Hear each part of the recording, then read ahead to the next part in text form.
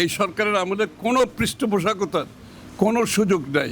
সে যত বড়ই মন্ত্রী হোক, যত পাওয়ারফুল লোক হোক, এখানে তার কোনো সুযোগ নেই। এই আজকের উদ্যোগ কেন? যে শিল্প কারখানাগুলোতে নির্বিঘ্নে কাজ করতে পারে, এটা কোনো সম্পর্ক নাই। সেটা যারাই পোর্ট চালাক তাদেরকে এইগুলো মেনে জনগণের স্বার্থে, ব্যবসার স্বার্থে, ইন্ডাস্ট্রির স্বার্থে, বাংলাদেশের অর্থনীতির স্বার্থে তাদেরকে একই পথে চালিত হতে হবে। পোর্ট কে চালাবে না চালাবে এটা আমাদের বিষয় না। যখন যার হাতে পোর্ট থাকবে, সেটা দেশি হোক বিদেশি হোক, তাদেরকে এই বিষয়গুলো নিশ্চিত করতে হবে। এই তো এই যে আজকের উদ্যোগটা তার একটা উদ্যোগ। তো এই আজকের উদ্যোগ কেন? যে শিল্প কারখানাগুলোতে নির্বিঘ্নে কাজ করতে পারে, তারা যাতে বাধাগ্রস্ত না হয়, তাদের যাতে ব্যবসায়িক খরচ কমে আসে এবং তারা যাতে আন্তর্জাতিকভাবে প্রতিযোগিতায় টিকে থাকতে পারে, এই কাজ, এই জন্যই তো আজকের সিদ্ধান্তগুলো নেওয়া হয়েছে। এখানে কে কার সাথে পরিচিত, এই সরকারের অধীনে এগুলো চলবে না। এটা যদি যার সাথে জড়িত থাকবে, পরিচিত থাকবে, এই সরকারের অধীনে এইসব পৃষ্ঠপোষকতার কোনো ব্যবসা আমরা করতে দেব না। সুতরাং এইসব অবান্তর প্রশ্ন, এগুলো এই সরকারের আমলে কোনো পৃষ্ঠপোষকতার কোনো সুযোগ নাই। সে যত বড়ই মন্ত্রী হোক, যত পাওয়ারফুল লোক হোক, এখানে তার কোনো সুযোগ নেই। আজকের উদ্যোগটা তো একটা উদ্যোগ, ওইটা তো অনেক উদ্যোগ নেওয়া হয়েছে।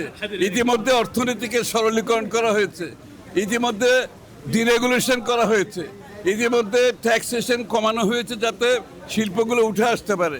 অনেকগুলো উদ্যোগ এই সরকার নিয়েছে এবং আপনারা দেখতে পাচ্ছেন ইতিমধ্যে বিদেশিরা কী হারে এখানে আসছে, অনেক বড় আকারে বিদেশি বিনিয়োগ আসছে।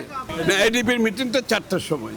এডিবি একটা, এই যে বাংলাদেশি উদ্যোগের কথা বলছেন, এই যে এডিবি চট্টগ্রামে কোনোদিন আসছে? এই লেভেলে এডিবির ভাইস প্রেসিডেন্ট চট্টগ্রামে এসে চট্টগ্রামের স্টেক হোল্ডারদের সাথে কথা বলতে আসছে মানে কি? অর্থাৎ চট্টগ্রাম নিয়ে তাদের বিশাল পরিকল্পনা আছে। চট্টগ্রামের খালি লজিস্টিক্স হাব হিসেবে নাই, এই চট্টগ্রাম অঞ্চলকে আগামী দিনে উন্নয়নের অগ্রপ্রতীক হিসেবে তারা দেখতে চায়। কারণ যেখানে পোর্ট আছে সেখানে লজিস্টিক হাব হবে, এর সাথে সাথে অন্যান্য উন্নয়নগুলো তার সাথে গড়ে উঠবে। এই জন্য এডিবির সাথে আমাদের আজকের সভাটা অত্যন্ত গুরুত্বপূর্ণ। ভাইস প্রেসিডেন্ট নিজে ফিলিপিন থেকে এসছে এবং আমাদের 4টার সময় সভা আছে, সব স্টেক হোল্ডারদের ডাকা হয়েছে, সবার কথা শুনবে। তার পরিপ্রেক্ষিতে এডিবির যে পরিকল্পনা সেটা বাস্তবায়নের দিকে আমরা এগিয়ে যাব এবং চট্টগ্রামের জন্য এটা অনেক বড় সুখবর। এই অঞ্চলে আগামী দিনের সার্বিক উন্নয়নের জন্য এডিবির যে পরিকল্পনা, বৃহৎ পরিকল্পনা, সেটা বাস্তবায়নের জন্য আজকের ভাইস প্রেসিডেন্ট ফিলিপিন থেকে এসেছে এবং স্টেক হোল্ডারদের সাথে আমরা 4টার সময় সবাই মিলে এটার আলোচনার মাধ্যমে আগামী দিনে চট্টগ্রামের উন্নয়নের সার্বিক কর্মসূচি এবং বাস্তবায়ন প্রক্রিয়া শুরু হয়ে যাবে ইনশাআল্লাহ।